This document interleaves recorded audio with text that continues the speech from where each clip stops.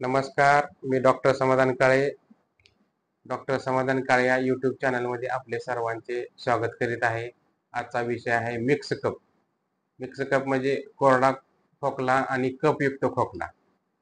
तर आपण मागील 2 व्हिडिओमध्ये बघितले. एका व्हिडिओमध्ये कोरड्या खोकल्याविषयी बघितलं, दुसऱ्या व्हिडिओमध्ये कपयुक्त खोकल्याबद्दल माहिती बघितली. आज मिक्स खोकला, काय ना दोन्ही पण इन्फेक्शन असते. कोरडा पण असतो खोकला आणि कपयुक्त पण खोकला असतो. तर कोरड्या खोकल्याला आपण नॉन प्रोडक्टिव्ह कप म्हणतो, म्हणजे ज्यामध्ये कप नसतो. आणि कपयुक्त जे खोकला असतो त्याला प्रोडक्टिव्ह कप म्हणतात, त्याच्यामध्ये कप असतो. तर ह्याची कारणे काय आहेत? तर वारंवार सर्दी होणे, ॲलर्जी निर्माण होणे, दम्याचा त्रास, रेस्पिरेटरी ट्रॅक इन्फेक्शन, कोणत्याही प्रकारचे इन्फेक्शन, समजा बॅक्टेरियल असू द्या, व्हायरल असू द्या किंवा ॲलर्जिक असू द्या, जर वारंवार होत असेल तरी सुद्धा आपल्याला हा त्रास जाणवू शकतो. काही औषधाचे साईड इफेक्ट आहेत, काय मेडिसिन असतात, त्या मेडिसिनच्या त्या साईड इफेक्टमुळे सुद्धा आपल्याला हा त्रास जाणवू शकतो.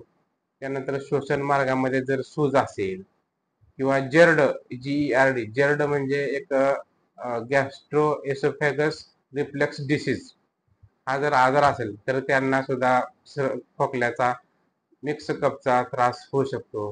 किंवा COVID-19 कोरोनाचा जर त्रास असेल, कुणाला कोरोनाची इन्फेक्शन असेल, त्यामध्ये सुद्धा ही लक्षणे जाणवतात. नाक चोंदत असेल वारंवार, त्यामुळं छाती दुखते, नंतर छातीमध्ये दाटल्यासारखे वाटते. ही कारणं आहेत.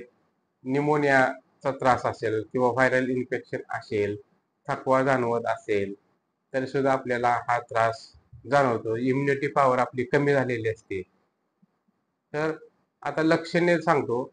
लक्षणामध्ये वारंवार ताप येणे, हाय ग्रेड फिवर पण येतो किंवा बारीक ताप राहतो अंगामध्ये. त्यानंतर भूक कमी होते. खोकला असल्यामुळे, छाती भरल्यामुळे भूक कमी होते. तोंडाला चव नसते. श्वास घेतला तर असं म्हणजे सुगंध येत नाही कुठलाही, कसल्याही प्रकारचा वास जाणवत नाही. त्यानंतर उलटी होते. खोकल्यामुळे उलटी होते. आतड्याला ताण पडलं की उलटी करतात. त्यानंतर पोटदुखीचा त्रास जाणवतो. अंगदुखी होते. बेडका येतो. पांढरा, पिवळा, हिरवा बेडका सतत येतो थुंकीमधून. खूप खोकला असतो, सारखा नॉनस्टॉप खोकला राहतो त्याच्यामध्ये, आणि बेडका पण येतो. त्यामुळे ह्या मिक्स इन्फेक्शन मध्ये हे त्रास आपल्याला जाणवतात.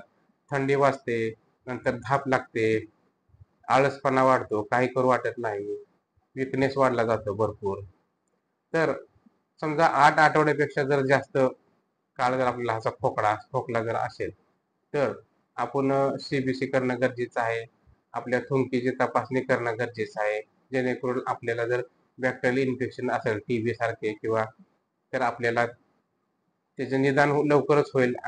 आता यावर जे उपचार काय घ्यायचा आपल्याला, तर घरगुती उपचार म्हणलं तर सेंद्रिय मध आणि आपल्या लिंबाचा रस जर 3-4 वेळा दिवसातून मिक्स करून घेतला तरी सुद्धा आपल्याला त्याचा चांगला फरक जाणवेल.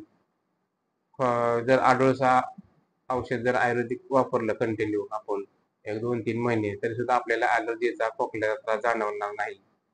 जर जास्त त्रास वाटत असेल, छाती भरली असेल, कफ असेल, घरघर वाजत असेल, तर आपल्याला वाफ घेणे गरजेचं आहे. तर त्यामध्ये दिवसातून सकाळ आणि संध्याकाळ असं 2 वेळा जर डिओलिन रेस्पल्स आणि बोडेकॉर्ड रेस्पल्स असे दोन्ही मिक्स करून जर आपण घेतले तरी सुद्धा आपल्याला त्याने फार चांगला फार चांगला आपल्याला फायदा मिळू शकेल.